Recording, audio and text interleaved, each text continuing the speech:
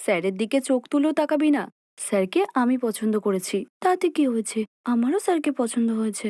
হাহ, তোর মতো ভিখারি কালো ভূতকে স্যার পাত্তাও দেবে না। পৃথিবীতে সবাই তোর মতো গায়ের রং আর টাকা দেখে না। হ, ওটা তোর মনে হয়। বিবেক স্যার দুজনকে বলল, কি ব্যাপার? তোমরা ঝগড়া করছো কেন? "আ কিছু নয় স্যার, এমনি।" "হ্যাঁ স্যার, এমন কোনো ব্যাপার নেই।" বিবেক স্যার অঙ্ক করিয়ে ক্লাস থেকে চলে গেলেন। স্কুল ছুটি হওয়ার পর রিঙ্কু গাড়ি করে তার বাড়ি চলে যায়, আর টিঙ্কু পায়ে হেঁটে বাড়িতে যেতে লাগলো। মনে হয় আমি বিবেক স্যারকে ভালোবেসে ফেলেছি। বড় হলে বিবেক স্যারের মতনই হোক। ওদিকে রিঙ্কুর মনও আর পড়াশোনাতে বসছিল না। তার মা তার হাতে দুধের গ্লাস দিলে বেখেয়ালে সেটা পড়ে যায়। বেবি, এটা তুমি কি করলে? খেয়াল কোথায় তোমার? আ স্কুলে মা। স্কুলে? কিন্তু এখন তো তুমি বাড়িতে, শোনা। হ্যাঁ মা, কিন্তু বিবেক স্যার তো এখানে নেই। আমি বিবেক স্যারকে বিয়ে করব। পরের দিন স্কুলে ফার্স্ট ক্লাস ছিল রিনা ম্যামের। রিনা ম্যাডাম আর বিবেক স্যার প্রায় সমবয়সী, কিন্তু তখনও রিঙ্কু আর টিঙ্কুর মন ছিল বিবেক স্যারের কাছে। বাচ্চারা, কালকে কেমন লাগলো তোমাদের নতুন টিচারের ক্লাস? হ্যাঁ, খুব ভালো ম্যাডাম। বিবেক স্যার তো খুবই ভালো। হ্যাঁ ম্যাডাম, উনি খুবই ভালো।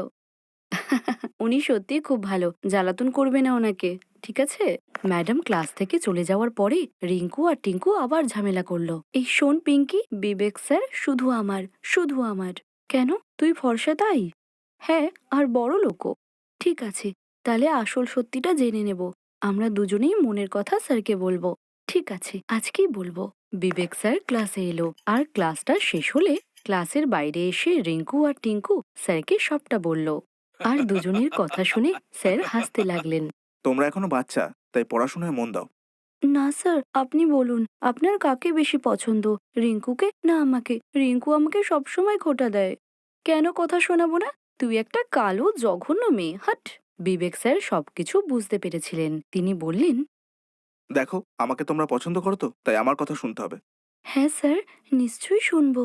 তো তোমরা দুজন বন্ধু হয়ে যাও আর একে অপরের সাথে হাত মেলাও। না স্যার, আমি এই ভিখারি কালো ভূতটাকে গলায় জড়াতে পারবো না।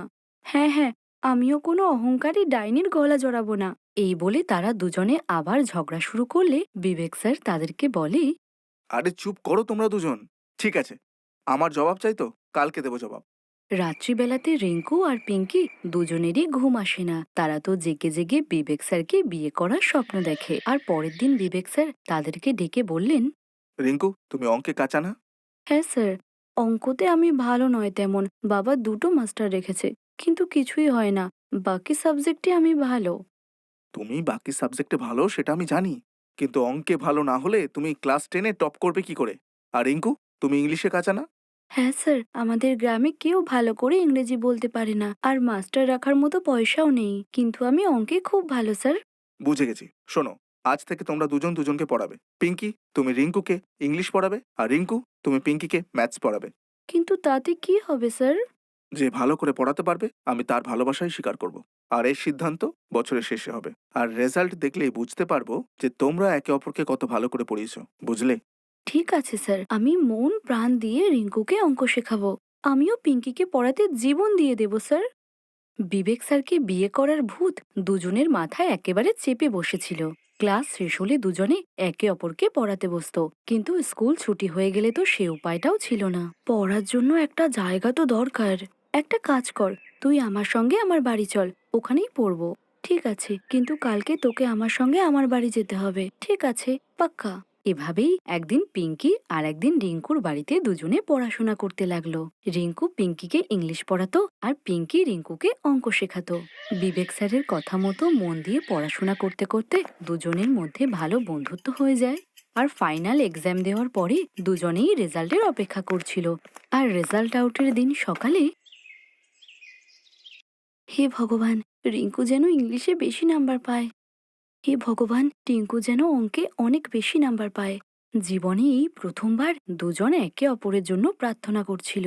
আর দুজনেই ইংলিশ আর অঙ্কতে 100-100 পায়। আর দুজনে খুব খুশি হয়ে একে অন্যের হাত ধরে বিবেক স্যারের কাছে গিয়ে বলল, স্যার, আমরা দুজনেই ফুল মার্কস পেয়েছি। আমরা দুজনেই খুব খুশি। হ্যাঁ স্যার, এবার তো বলুন, আমাদের মধ্যে আপনার কাকে পছন্দ হয়েছে? আমার কাছে তো তোমরা দুজনই খুব প্রিয়, কিন্তু স্টুডেন্ট হিসাবে আমি তো শুধু তোমাদের দুজনের মধ্যে বন্ধুত্ব করাতে চেয়েছিলাম। মনে রাখবে, লেখাপড়ার চাইতো মনুষ্যত্ব আর বন্ধুত্ব মানুষের মধ্যে সবচেয়ে ইম্পর্ট্যান্ট, যা তোমরা বুঝতে পেরেছো। তাই তোমাদের দুজনকে আমি আমার বিয়েতে ইনভাইট করছি। আপনার বিয়ে? কিন্তু কার সঙ্গে? তখনই সেখানে রিনা ম্যাডাম এসে বলল, আমাকে। আমরা দুজন বিয়ে করছি। তোদের দুজনকে বন্ধুত্ব করার আইডিয়াটা আমিই দিয়েছি বিবেককে। পিঙ্কি আর রিঙ্কু দুজনেই আসল বন্ধুত্ব বুঝতে পেরেছিল, তাই জন্য কেউ কষ্ট পেল না, বরং খুশিই হলো। আর দুজনে একসঙ্গে সেজে গুজে রিনা ম্যাডাম আর বিবেক স্যারের বিয়েতে গেল। আর এখন তারা একসঙ্গে ফার্স্ট বেঞ্চে বসে ক্লাসও করে। বিয়ের স্বপ্ন তাদেরকে বন্ধুত্ব শিখিয়ে দিল। পারুলের গায়ের রং কালো ছিল, সেই জন্য স্কুলে সবাই ওর কালো রঙের জন্য ওকে নিয়ে মজা করত, বিশেষ করে ওর ক্লাসের টিচার আর সহপাঠীরা। পারুল, তুমি লাইনে সবার শেষে দাঁড়াবে, আর টিনা, রিয়া, তোমরা কয়েকজন সুন্দরী মেয়ের সামনে চলে আসো।